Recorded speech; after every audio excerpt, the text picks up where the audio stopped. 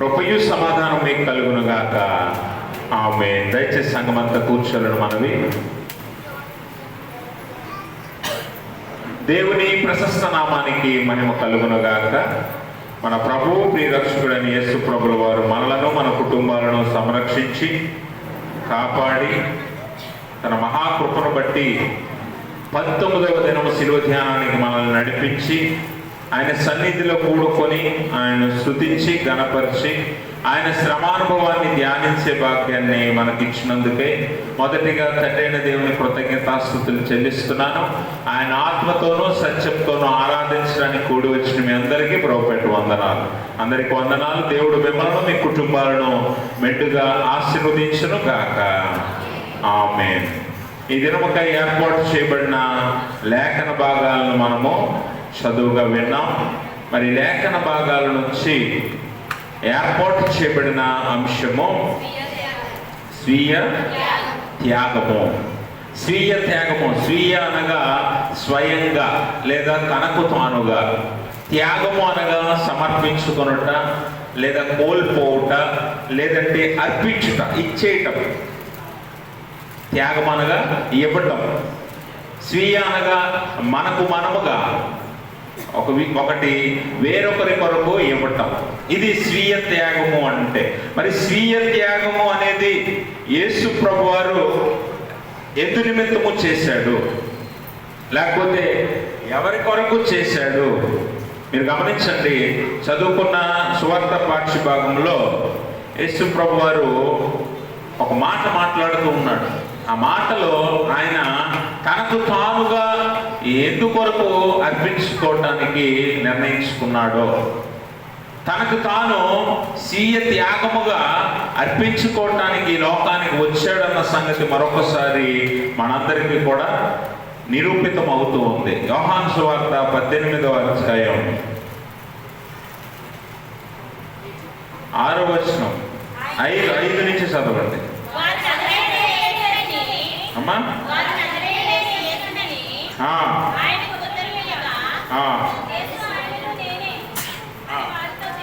యేసు ఆయనను నేనే అని వారితో చెప్పాను.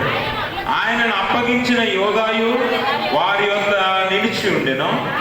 ఆయన నేనే ఆయననని వారితో చెప్పగా వారు వెనక్కి తగ్గి నేల మీద పడిరి.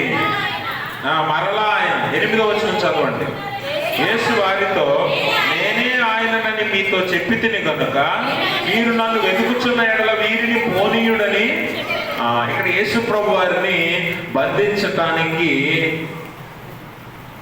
యూదా మత పెద్దలు, శాస్త్రులు, మత ప్రవిష్టులు వీరందరూ కలిసి కుట్ర పన్ని ఇస్కరియోతు యోధాతో ఒప్పందం కుదుర్చుకొని 30 వెండి నాణాలు ఇస్కరియోతు యోధాకిచ్చి యోధా ద్వారా యేసు ప్రభు వారిని బంధించాలని వారు నిర్ణయించుకోవడం జరిగింది. అయితే వారు యేసు ప్రభు వారిని చూపించమని ఇస్కరియోతు యోధాను అడిగినప్పుడు ఇస్కరియోతు యోధా యేసు ప్రభు వారిని పట్టించటానికి సమయం వెతుకుతూ యేసు ప్రభు వారు గెత్సెమనే తోటలో ఉండగా అక్కడికి ఆ యూదా మత పెద్దలను, రోమా సైనికులను అందరినీ కూడా వెంట పెట్టుకొని వచ్చాడు.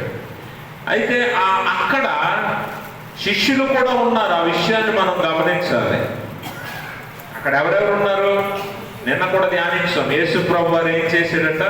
పేతురు, యోహాను, యాకోబులను వెంట పెట్టుకొని గెత్సెమనే తోటకు వెళ్ళినట్లుగా మనం చూస్తాం. అయితే ఈ సైనికుల రాకను చూసి శిష్యులు కూడా యేసు ప్రభు వారి దగ్గరికి వెళ్ళిపోయారు. వీరందరిలో యేసు ప్రభు వారు ఎవరు అన్న సంగతి వారికి అర్థం కాని స్థితిలో ఈ ఇస్కరియోతు యోధా ఏం చేస్తున్నాడంటే యేసు ప్రభు వారిని చూపిస్తూ ఉన్నాడు. అయితే వారు యేసు ప్రభు వారు ఎవరో తెలియక శిష్యులను కూడా పట్టుకున్నారు. అప్పుడు యేసు ప్రభు వారు అంటున్నాడు, మీరు వెతుకుచున్న ఆయనను నేనే అని మీతో చెప్పి తిని కనుక వారిని పోనీయండి, శిష్యులను విడిచిపెట్టండి అని యేసు ప్రభు వారు వారితో చెప్పటం చూస్తాం. అంటే ఈ మాటలో యేసు ప్రభు వారు తనంతట తాను అర్పించుకోవటానికి, తనంతట తాను శిష్యులకు అలాగే అక్కడ ఉన్న సైనికులకు తెలియజేస్తూ నేనే ఆయనను అని తెలియజేస్తూ ఆయన తనను తాను అర్పించుకుంటూ ఉన్నాడు, లేదా అప్పగించుకుంటూ ఉన్నాడు. వారికి లొంగిపోతూ ఉన్నాడు, స్వచ్ఛందంగా లొంగిపోతూ ఉన్నాడు. కాబట్టి ఇక్కడ యేసు ప్రభు వారి యొక్క ముఖ్య ఉద్దేశం ఏంటంటే మనందరి కొరకు స్వీయ త్యాగముగా తనను తాను అర్పించుకోవటానికి ఆయన ఈ లోకానికి వచ్చాడు. అలాగే తనను తాను ఆయన అర్పించుకుంటూ ఉన్నాడు అన్న సంగతి ఈ లేఖనంలో మనం అర్థం చేసుకోవాలి. ఈ లేఖనంలో మనము అర్థం చేసుకోవాలి. కాబట్టి యేసు ప్రభు వారు స్వీయ త్యాగము చేయకపోతే, యేసు ప్రభు వారు తనకి తాను అర్పించుకోకపోతే ఈరోజు మన జీవితాలలో పాప క్షమాపణ కానీ, మరణము నుండి విడుదల కానీ, పరలోకము కానీ మనకెవ్వరికి దొరకదు అన్న సంగతి మనం అర్థం చేసుకోవాలి. కాబట్టి గమనించండి ప్రభునందు ప్రియమైన స్నేహితులారా, కొన్నిసార్లు ఈ స్వీయ త్యాగం అనేది మనము ఎవ్వరము కూడా చేయలేము. మనలో ఇటువంటి త్యాగ గుణం అనేది కొంతవరకు ఉండొచ్చేమో కానీ మనల్ని మనమే అర్పించుకునేంత స్వీయ త్యాగం ఎవరి వద్ద ఉండకపోవచ్చు. కొన్నిసార్లు మన పిల్లల కొరకు కానీ, లేకపోతే మన స్నేహితుల కొరకు కానీ, మన కుటుంబీకుల కొరకు కానీ, మన బంధువుల కొరకు కానీ మనం ఇలాంటి త్యాగము, స్వీయ త్యాగము కాదు, కొద్దిపాటి త్యాగం చేయవలసి వచ్చినా కూడా మనము చేయటానికి వెనకాడుతూ ఉంటాం. కానీ యేసు ప్రభు వారు పూర్తిగా తనను తాను మన కొరకు అర్పించుకోవటానికి, తనకు తానే అప్పగించుకోవటానికి, స్వీయ త్యాగముగా ఇవ్వటానికి ఆయన ఈ లోకానికి వచ్చాడు. అయితే విషయం గమనించవలసింది ఏంటంటే, స్వీయ త్యాగం ఎందుకు? దేవుడు తనని తాను అర్పించుకోవలసిన పరిస్థితి ఎందుకు వచ్చింది అన్న సంగతి మనం అర్థం చేసుకుంటే, యేసు ప్రభు వారు ఎందుకు తనను తాను అర్పించుకోవటానికి సిద్ధపడ్డాడంటే, మానవులు అందరము కూడా ఎలాంటి స్థితిలో ఉన్నామంటే, అమ్మ వింటున్నారా బాబు రాపండి, దేవునికి స్తోత్రం. అందరూ వింటున్నారా వాక్యం? అసలు మన స్థితి చూసి యేసు ప్రభు వారు పరలోకం నుండి భూమి మీదకి రావాల్సి వచ్చింది. మన స్థితి ఏంటంటే, ఎప్పుడైతే ఆదామవ్వలను సృష్టించిన తర్వాత అపవాది వారిని శోధించి పాపంలో పడవేశాడో అప్పటి నుంచి మానవుడు మరణం అనే జీతాన్ని పొందుతాడు. మరణము ఖచ్చితంగా మానవునికి ఎదురవ్వాల్సిందే. అయితే ఆ మరణము నరకానికి తీసుకొని పోకుండా, మనల్ని రక్షించటానికి యేసు ప్రభు వారు ఈ భూమి మీదకి రావాల్సి వచ్చింది. ఆయన స్వీయ త్యాగములో, అంటే యేసు ప్రభు వారు భూమి మీదకి వచ్చినంత మాత్రాన మన అందరం రక్షించబడతామని కాదు. ఆయన స్వీయ త్యాగములోనే మనందరికీ రక్షణ ఉంది. ఆ స్వీయ త్యాగములో మనకు ఎందుకు రక్షణ ఉంది అన్న సంగతి మనం అర్థం చేసుకోవాలి ఈ రాత్రి. ఆయన తనను తాను అప్పగించుకోవటానికి గల మొదటి కారణం ఏంటంటే, ఎటోన్మెంట్ ఆఫ్ సిన్, అంటే పాప ప్రాయశ్చిత్తము. పాపానికి ప్రాయశ్చిత్తము కలగాలి. చూడండి, ఈరోజు కోర్టులు ఉన్నాయి, పోలీసులు ఉన్నారు. ఏదైనా ఒక నేరం చేసినప్పుడు శిక్ష ఎందుకు వేస్తారట? శిక్ష ఎందుకో తెలుసా? మనలో మార్పు వచ్చి మన బుద్ధి మారి మరలా అటువంటి తప్పు చేయకుండానట్లు శిక్షిస్తారు. అయితే ఇక్కడ దేవుడు ఏం చేస్తున్నాడంటే, మన పాపం వల్ల మనం మరణం అవ్వాల్సి ఉండగా మన బదులు ఆయన ప్రాయశ్చిత్తం చేస్తున్నాడు. అటోన్మెంట్ ఆఫ్ సిన్, పాప ప్రాయశ్చిత్తము, పాప పరిహారము ఆయన చేస్తున్నాడు. అందుకే ఆయన పరిహారమై ఉన్నాడు. ఆయన ఆ పరిహారమై ఉన్నాడు. అందుకనే మనం గమనించవలసిన విషయం ఏంటంటే, ఒకసారి లేఖనాల ద్వారా చూద్దాం. యెషయా గ్రంథము 53వ అధ్యాయము 5-6 వచనాలు చదవండి. మన అతిక్రమములను బట్టి, ఎవరో ఒక చదవండి. మన అతిక్రమములను బట్టి అతడు గాయపరచబడెను, మన దోషములను బట్టి నలగగొట్టబడెను, మన సమాధానార్థమైన శిక్ష ఆయన మీద పడెను, అతను పొందిన దెబ్బల చేత గమనించారా? ఎందు నిమిత్తం ఆయన స్వీయ త్యాగం అవ్వాల్సి వచ్చిందంటే, తనకు తాను అప్పగించుకోవాల్సి వచ్చిందంటే మనందరి పాపాన్ని తీసివేయటానికి. There is no other alternative. ఇంకొక మార్గము, ప్రత్యామ్నాయం లేదు. నీ బదులు నీ తండ్రో, లేకపోతే నీ తల్లో, లేకపోతే నీ అన్నో, నీ తమ్ముడో చనిపోతే ఏమాత్రము పాపము తీసివేయబడదు. పాపము తీసివేయబడదు. మన రక్తం అంత పరిశుద్ధము కాదు కనుక మనము ఎంతమంది కొరకు రక్తము చిందించినా కూడా ఆ పాపము అలాగే ఉంటుంది, తీసివేయబడదు. అందుకే హెబ్రీ పత్రిక 9వ అధ్యాయం 12వ వచనంలో గ్రంథకర్త ఒక చక్కని మాట తెలియజేస్తాడు. 9వ అధ్యాయం 12వ వచనం చదవండి అమ్మా. మేకల యొక్కయు కోడెల యొక్కయు తన స్వరక్తముతో ఒక్కసారే, అది తన స్వరక్తముతో ఒక్కసారే పరిశుద్ధ స్థలములో ప్రవేశించెను. యాలయనగా మేకల యొక్కయు ఎడ్ల యొక్కయు రక్తమును మైదపడిన వారి మీద ఆవు తోడ బూడిద చల్లుటయు శరీర శుద్ధి కలుగునట్లు వారిని పరిశుద్ధపరచని ఎడల నిత్యుడగు ఆత్మ ద్వారా తన్ను తాను దేవునికి నిర్దోషినిగా అర్పించుకొనిన క్రీస్తు యొక్క రక్తము నిర్జీవ క్రియలను విడిచి జీవము గల దేవుని సేవించుటకు మీ మనస్సాక్షిని ఎంతో ఎక్కువగా శుద్ధి చేయును. గమనించరా? గొర్రెల యొక్క, మేకల యొక్క, ఎడ్ల యొక్క రక్తము ఎన్నటికీ మనుష్యుని పాపము తీసివేయలేదు. అలాగే మనిషి రక్తము కూడా, ఒకవేళ నీ రక్తమే నువ్వు చిందించినా కూడా నీ పాపమే కాదు, ఎవరి పాపము కూడా తీసివేయబడదు. అందుకనే మనందరి కొరకు ఆయన ఎలా వచ్చాడంటే ప్రాయశ్చిత్తముగా వచ్చాడు, పరిహారముగా వచ్చాడు. మనము చేసిన పాపములు, దోషముల శిక్ష ఆయన మీద పడిను అని యెషయా గ్రంథకర్త తెలియజేస్తూ ఉన్నాడు. కాబట్టి గమనించండి ప్రభునందు ప్రియమైన స్నేహితులారా, నీ పాపాన్ని తీసివేయటానికి ఆయన స్వీయ త్యాగము చేయవలసి వచ్చింది. తనకు తానుగా పూర్తిగా ఇచ్చేసుకోవటానికి ఆయన ఈ లోకానికి వచ్చాడు. ఆయన రాకపోతే, తనకు తాను అప్పగించుకోకపోతే ఏమాత్రము కూడా మనము పాప పరిహారం పొందలేము. మన పాపముల నుండి మనము తప్పించబడలేము. ఈరోజు చాలా మంది ఏమనుకుంటారంటే, యేసు ప్రభువు దేవుడే కదా, మరి అలాంటి దేవుడు ఎందుకు మరణమయ్యాడు, శిలువ మీద మేకులతో కొట్టబడి వేలాడదీయబడ్డాడు ఎందుకు అని చాలా మంది దేవుడి గురించి ఎరుగని వారు అనుకోవచ్చు. లేకపోతే విశ్వాసాలకు కూడా ఈ సందేహం ఉండొచ్చు. కానీ వాస్తవానికి తనకు తాను అర్పించుకోవటమే దీనిలో ఉన్న మూలార్థం, దీంట్లో ఉన్న మర్మం. ఎందుకంటే అలా అర్పించుకోవటం వల్లే మానవాళి పాపమంతా పరిహరించబడుతుంది. మన సమాధానార్థమైన శిక్ష ఆయన మీద పడినట. అంటే సమాధానార్థమైన శిక్ష ఎందుకట అంటే, నువ్వు పాపం చేయడం వలన దేవునికి నీకున్న ఆ బంధము తెగిపోతే మరలా నిన్ను దేవుణ్ణి సమాధానపరచడానికి దేవుడు ఆ శిక్షను అనుభవించాడు యేసు ప్రభువారు.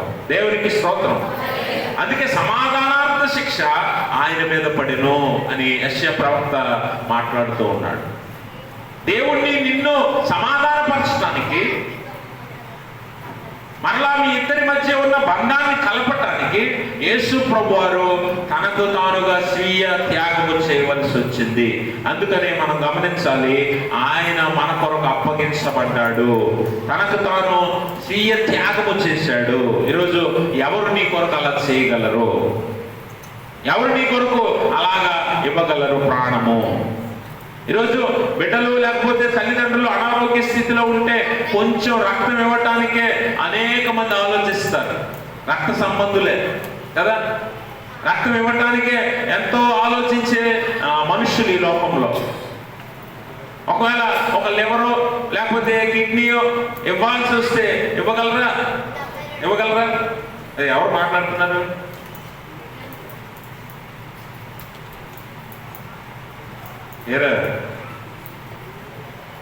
ఏమైనా నీ అవయవాల్లో ఏదైనా ఒక అవయవం ఇవ్వాల్సి వస్తే నీ బిడ్డలకు కానీ తల్లిదండ్రులకు కానీ లేకపోతే ఎవరికైనా ఇవ్వాల్సి వస్తే ఇవ్వగలరా? అవయవమే ఇవ్వలేని స్థితిలో ప్రాణమే ఇవ్వాల్సి వస్తే ఎవరు చేయగలరు? చేయగలరా స్వీయ త్యాగము? అందుకని మానవాళి కొరకు యేసు ప్రభువారు మరి మన కొరకు ఆ త్యాగం చేయటానికి లోకానికి వచ్చి ఉన్నాడు. ఆయన రాకపోతే మానవాళి ఎవరు కూడా మరణం నుండి, నరకము నుండి తప్పించబడలేరన్న విషయాన్ని మనం అర్థం చేసుకోవాలి. అలా తప్పించబడకపోతే ఇక మానవాళి జీవితాలు వ్యర్థమన్న సంగతి మనం అందరము తెలుసుకోవాలి. అందుకనే ఆయన మన కొరకు ఏమై ఉన్నాడంటే స్వీయ త్యాగముగా, సమాధానాంత బలిగా ఆయన అర్పించబడ్డాడు. రెండవది, మనము దేవుడు తనకి తాను ఎందుకు అర్పించుకోవాల్సి వచ్చిందనంటే మనందరికీ ఆయన నిజమైన దైవ ప్రేమను దేవుని కృపను మానవాళికి చూపించటానికి ఆయన స్వీయ త్యాగము చేసుకున్నాడు. ఆయన దైవ ప్రేమ, ఆ దేవుని కృప మన మీద లేకపోతే మనము ఎట్టి పరిస్థితుల్లోనూ మనుగడ సాగించలేమన్న సంగతి మనం మొదట నేర్చుకోవాలి. చాలా మంది అనుకుంటారు మన శక్తి వలన, మన తెలివి వలన, మన ఆరోగ్యం వలన, మనకున్న స్థితిగతుల వలన బ్రతుకుతున్నాం అనుకుంటున్నారు చాలా మంది. వాస్తవానికి అది నిజము కాదు. దేవుని కృప వలనే, ఆయన చూపుతున్న ఆ దైవ ప్రేమను బట్టే మనము బ్రతుకుతున్నాము, మనుగడ సాగిస్తున్నాము. ఒకవేళ అది లేకపోతే మనం ఏమాత్రము కూడా బ్రతకలేము అన్న సంగతి మనం తెలుసుకోవాలి. అందుకనే మనకి చదువుకున్న లేఖన భాగాలు ఎక్కువగా మనం జ్ఞాపకం చేసేది యోహాను సువార్త 3వ అధ్యాయం 16వ వచనం అంటాడు, దేవుడు లోకమును ఎంతో ప్రేమించాడు, ఆ ప్రేమను చూపించడంలో కూడా ఆయన ఏమాత్రం వెనకాడలేదు. ఏమ్మా, మీ పిల్లలు మీరు ప్రేమిస్తారా? మీ తల్లిదండ్రులను మీరు ప్రేమిస్తారా? అంటే ప్రేమిస్తున్నామని ఎంత ఈజీగా చెప్పారో అంతే ఈజీగా మీరు ఒకవేళ క్రియ చేయగలిగితే చేయగలరా? కానీ దేవుని ప్రేమ అలాంటిది కాదట. మాట ఎలాగైతే ఉందో క్రియ కూడా అలాగే ఉంటది.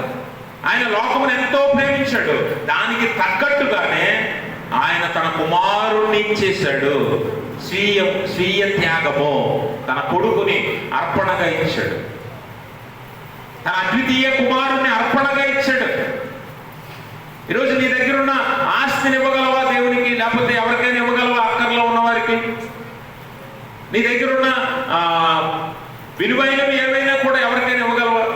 ఎందుకు ఇవ్వలేవు అంటే నువ్వు ఆ త్యాగము చేయలేవు, ఆ స్వీయ త్యాగం నీలో లేదు. కానీ నీ కొరకు దేవుడు చేస్తూ ఉన్నాడు.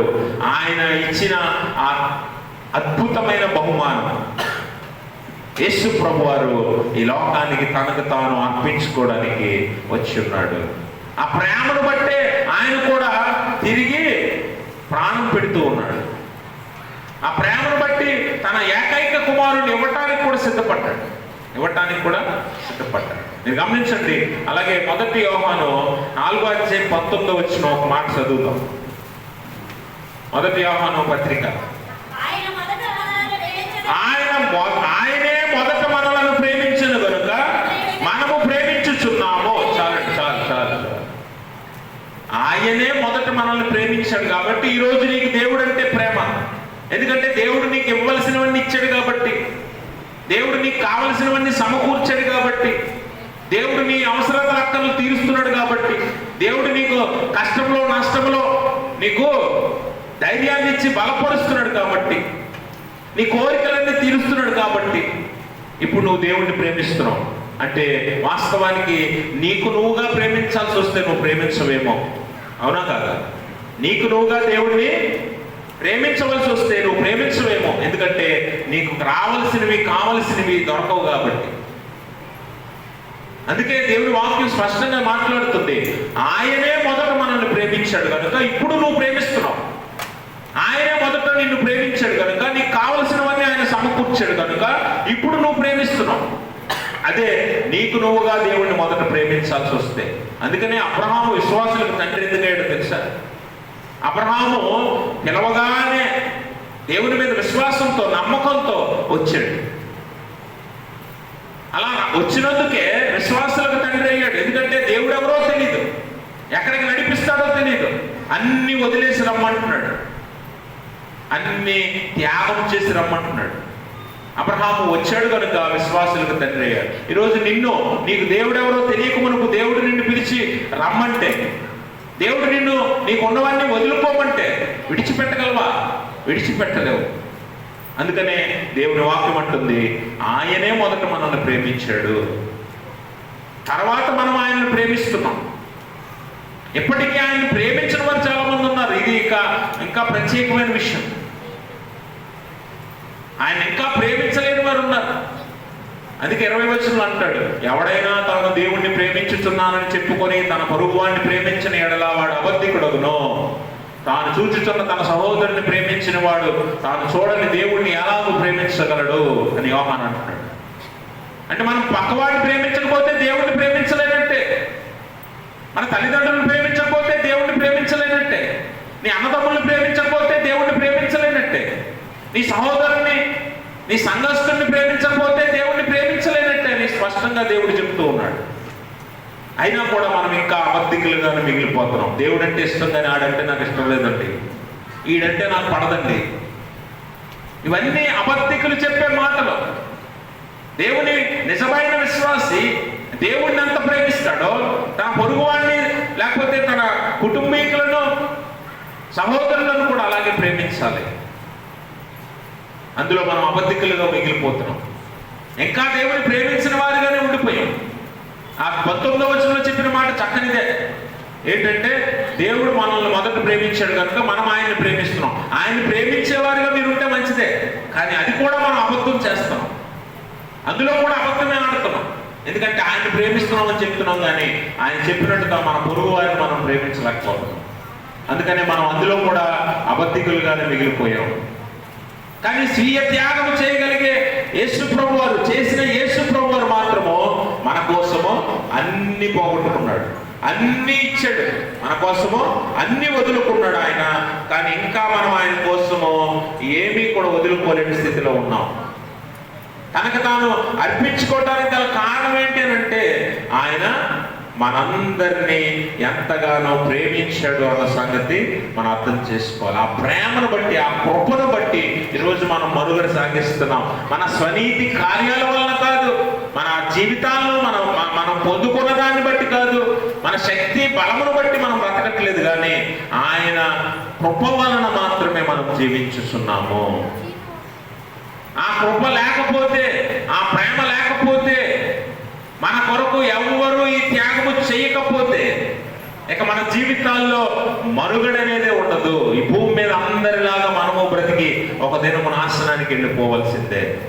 అలా మనం వెళ్ళకూడదనే ఆయన తనకు తాను స్వీయ త్యాగముగా అర్పించుకోవటానికి వచ్చాడు.